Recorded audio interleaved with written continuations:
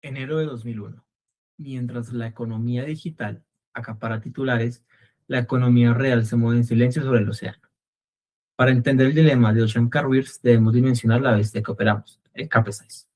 No es un barco cualquiera, hablamos de fortalezas flotantes con una capacidad de carga de hasta 210.000 toneladas. Son tan masivos que la infraestructura mundial se les queda pequeña. No caben por las esclusas del Canal de Panamá y para conectar del Atlántico al Pacífico deben navegar hacia el sur, enfrentando las aguas traicioneras del Cabo de Hornos. Operar estas naves no es solo un gran reto logístico, es un barómetro de la industria pesada global. ¿Por qué son estos gigantes? Es por pura eficiencia. El 85% de lo que transportamos es mineral de hierro y carbón. Básicamente somos la sangre de las industrias básicas. Si la producción de acero o carbón sube, nuestra demanda sube igualmente. Pero aquí radica nuestro mayor reto o nuestro mayor riesgo. El mercado naviero vive ciclos brutales de oferta y demanda. Hoy, enero de 2001, las alarmas están encendidas. Aunque tenemos una flota mundial de 553 barcos, lo que nos quita el sueño o el problema que estamos enfrentando es la sobreoferta inminente. Este año se entregarán 63 nuevos barcos. Piénsalo, es una inyección de capacidad en un momento donde las importaciones de hierro están estancadas.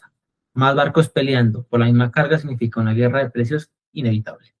Sin embargo, en Ocean Carriers apostamos a más largo plazo. Nuestros analistas proyectan que a partir de 2003 las nuevas exportaciones de Australia y de la India reactivarán el comercio mundial. Nuestra tesis es que esa demanda futura absorberá la flota extra justo cuando nuestro barco entrará en operación. Ahora, ¿cómo jugamos este juego? Ocean Carriers, con base en Nueva York y en Hong Kong, tiene que ser realista. Es un océano con más de 500 competidores, somos lo que en economía llamamos un price takers, es decir, no tenemos el tamaño suficiente para dictar las tarifas y nos acudimos a lo que el mercado dicte que podemos cobrar. Esto nos lleva a una decisión estratégica crítica que tomamos en la compañía. Muchos armadores juegan en el mercado spot. Ahí las tarifas fluctúan violentamente, los picos son muy altos, pero las caídas también son profundas. Con las ofertas de 63 barcos que se avecinan, creemos que las tarifas de spot se van a desplomar en los próximos años. Por eso nuestra filosofía es la de la seguridad, un time charters. Buscamos contratos de 1, 3 o 5 años. El cliente asume los costos variables como el combustible y decide la ruta mientras nosotros ponemos el barco y la tripulación. Preferimos ganar un poco menos hoy, pero asegurar flujo de cada constante mientras la competencia se desangra en la volatilidad del mercado spot. Para mantener nuestra ventaja competitiva tenemos una regla de hierro, la política de los 15 años. No operamos barcos viejos. ¿Por qué? Porque a los 15 años las regulaciones internacionales exigen un Special Survive. ¿Qué es lo que significa esto? Que es para certificar la navegabilidad de nuestros barcos, no se hace una simple revisión, se pide un costo de capital masivo para evaluar cada una de nuestras naves. Esto afecta directamente nuestra rentabilidad. Nuestra estrategia entonces es vender el barco justo antes de ese gasto. Lo enviamos a chatarra, donde el acero del barco se recicla y calculamos que el valor de esa chatarra o el scrap value a los 15 años es de $5 millones aproximadamente. Recuperamos este capital en chatarra y evitamos el costo de mantenimiento que se pide a los 15 años. Eso nos obliga a tener una flota joven y eficiente, lo que nos permite cobrar más que otras empresas. Y si llegamos a la oferta que estamos en este momento hablando sobre la mesa. Un cliente quiere alquilar un barco nuevo por 3 años, comenzando en 2003, y nos da una tarifa de $20.000 diarios. Aquí es donde debe prestarse atención. El mercado spot actual paga 22.000. Podrían pensar, ¿por qué aceptar 20.000 si el mercado paga 22.000? La respuesta es prudencia. Sabemos que los precios van a caer por la sobreoferta. Al final del mar hoy por 20.000, con un aumento anual de 200, estamos blindando nuestros ingresos contra la crisis que prevemos que pueda ocurrir en el futuro. Además, capturamos un premium del 15% que ganan los barcos nuevos y lo tendríamos con la producción de este nuevo barco. Mientras que los barcos de otras empresas que tengan cierto deterioro sufren descuentos de hasta el 35%. La proyección de ingresos es sólida y adecuada, más de 21 millones de dólares garantizados, pero ingresos no son necesariamente ganancias. Es por esto que en este documental queremos explicar: ¿podremos lograr invertir 39 millones de dólares en un activo que se deprecia? ¿Podremos mantener los costos operativos bajo control para que esta apuesta sea rentable? Lo veremos a continuación. Nos venden que los ingresos son garantizados. Sin embargo, como gerencia de operaciones, nosotros sabemos que facturar no es lo mismo que ganar.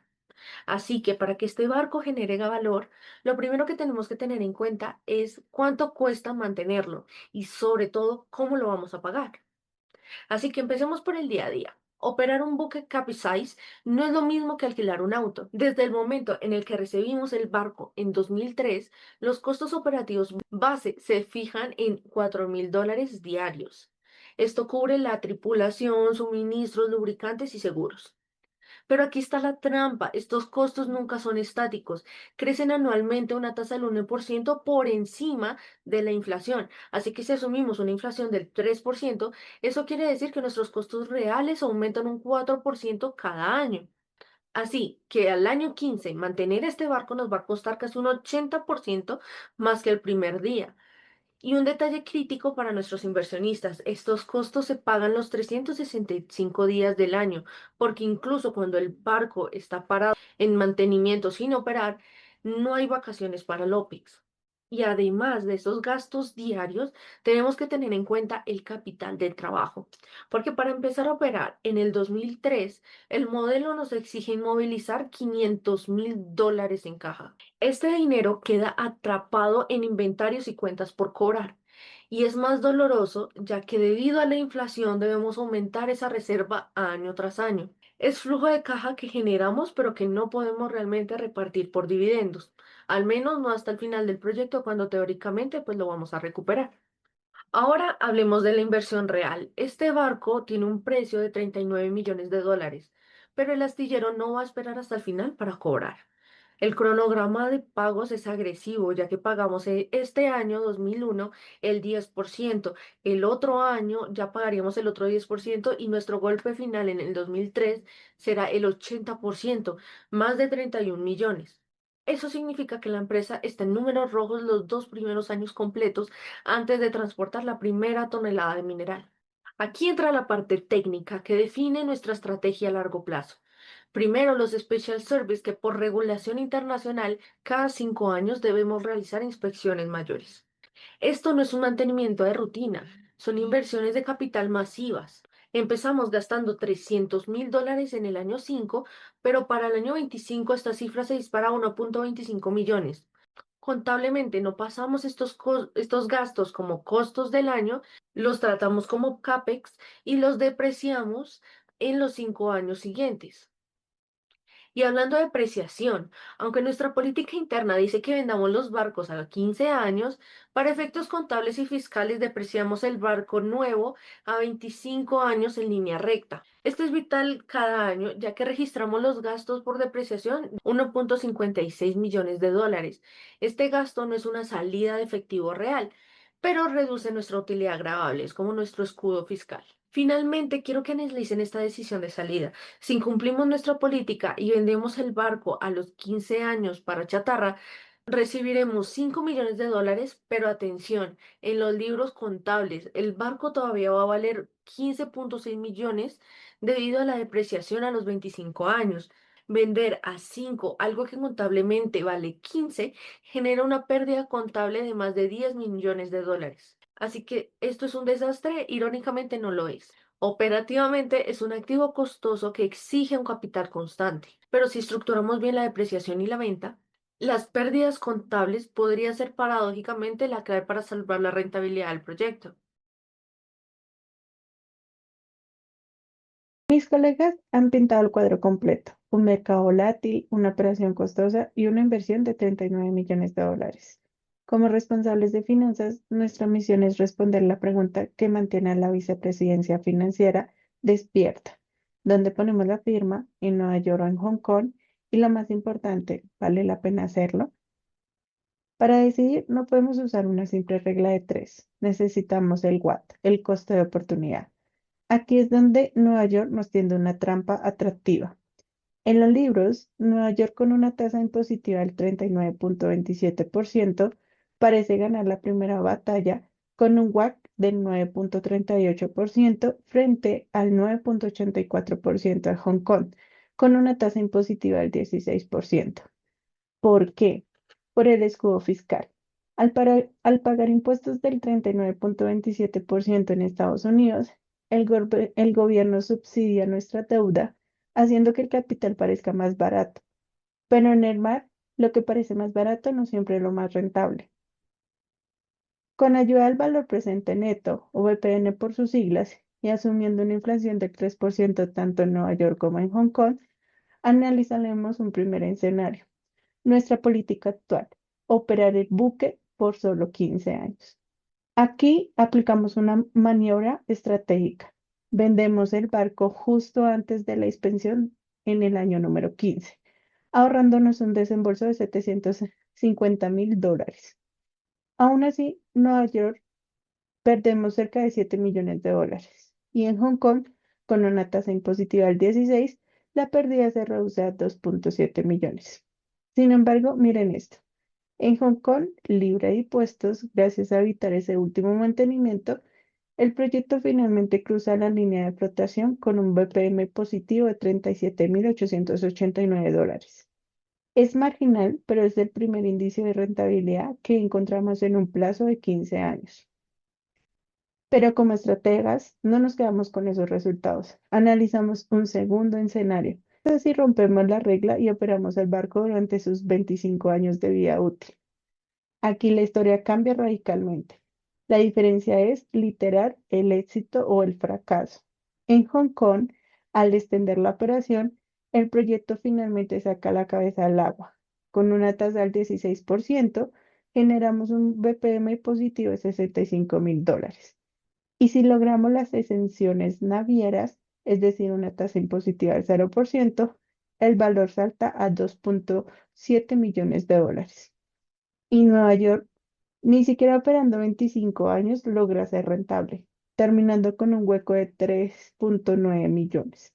La agresiva tasa impositiva en Nueva York del 39,27% terminó hundiendo cualquier beneficio del escudo final. Nuestra recomendación para la vicepresidencia financiera es clara. Primero, el proyecto debe radicarse en Hong Kong. Es la única jurisdicción donde los números tienen sentido económico real. Segundo, debemos ser valientes y revisar nuestra política a los 15 años. Mantener esa regla hoy es decidir voluntariamente perder dinero. Para que este busque sea una inversión y no un gasto, debemos operarlo hasta una vida útil de 25 años o asegurar contratos mucho más lucrativos que los actuales. En el océano de las finanzas no sobrevive el que tiene el barco más joven, sino el que sabe navegar las corrientes de los impuestos y el tiempo. En Ocean Carriers es momento de cambiar el rumbo. La política de Ocean Carriers es prudente pero conservadora. Técnicamente busca evitar la inspección especial del año 15, que es extremadamente costosa por el desgaste estructural en buques capsize.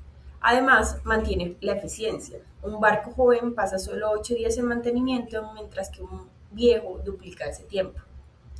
En Nueva York, la política es ventajosa. Al vender el barco antes de depreciarlo totalmente, se genera una pérdida contable que funciona como un escudo fiscal, inyectando flujo de caja extra que compensa la salida del activo.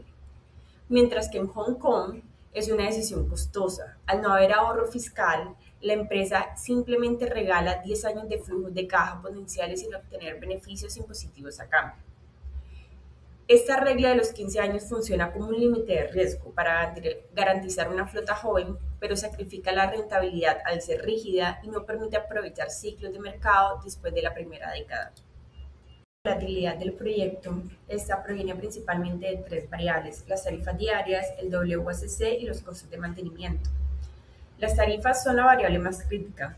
Como podemos observar, en un año pasan de 9.400 a 22.000, ya que esto depende de la demanda global del mineral de hierro y son cíclicas y extremas. Por su parte, el WACC amplifica el riesgo de ser un proyecto a 25 años y cualquier subida en la tasa de interés castiga desproporcionalmente el valor presente de los flujos lejanos. Sí les podríamos asignar probabilidades a estas variables. Para las tarifas podríamos utilizar una distribución log normal que va a capturar el suelo de los costos operativos y la simetría de los picos del mercado. Y para el WACC y costos, una distribución normal o triangular basada en datos históricos. Entonces, ¿cuál es el impacto de esta volatilidad? Al considerar la volatilidad dentro del proyecto, dejamos de ver un VPN único y pasamos a ver una distribución de resultados. El impacto real es que descubrimos la probabilidad de ruina, el riesgo de que el proyecto no soporte un ciclo bajo prolongado, lo que justifica la necesidad de flexibilidad operativa y una estructura fiscal eficiente como la de Hong Kong para maximizar el margen de maniobra. En la visión estratégica tenemos lo siguiente: el proyecto sí genera valor, pero de forma condicionada. Bajo la jurisdicción de Hong Kong, el VPN es robusto y positivo, impulsado por el crecimiento del 2% de los envíos de hierro. En contraste, en Nueva York, el peso impositivo del 35% actúa como un ancla que destruye el valor. Respecto a la política de 15 años, recomendamos romper la política tradicional. Si bien los Special Survives aumentan los costos operativos, el flujo de caja proyectado después de los 15 años sigue siendo positivo. ¿Qué proponemos? No vender por cumplir solo una fecha. Proponemos tratar el año 15 como una opción de abandono o continuidad. En el año 14 se puede evaluar el mercado spot. Si las tarifas están en un ciclo alto, se extiende la vida útil hasta 25 años para capturar el valor de uso. Estas serían nuestras recomendaciones más fuertes. No se limiten solo al contrato inicial del año. Podemos ver que en el 2004 solo hay 9 barcos nuevos pedidos a nivel mundial. Ocean Carriers entrará al mercado como un activo nuevo y eficiente justo cuando la oferta global de barcos cae drásticamente. Esto nos otorga un poder de negociación excepcional para capturar tarifas altas en el mercado spot tras el tercer año. Señores, esto no es solo un proyecto de transporte de carga, es una jugada estratégica de arbitraje fiscal y timing de mercado. Al registrar en Hong Kong y operar un barco nuevo en un mercado que dejará de recibir barcos en el 2004, Ocean Carriers no solo genera VPN, asegura un liderazgo en el sector de capsize.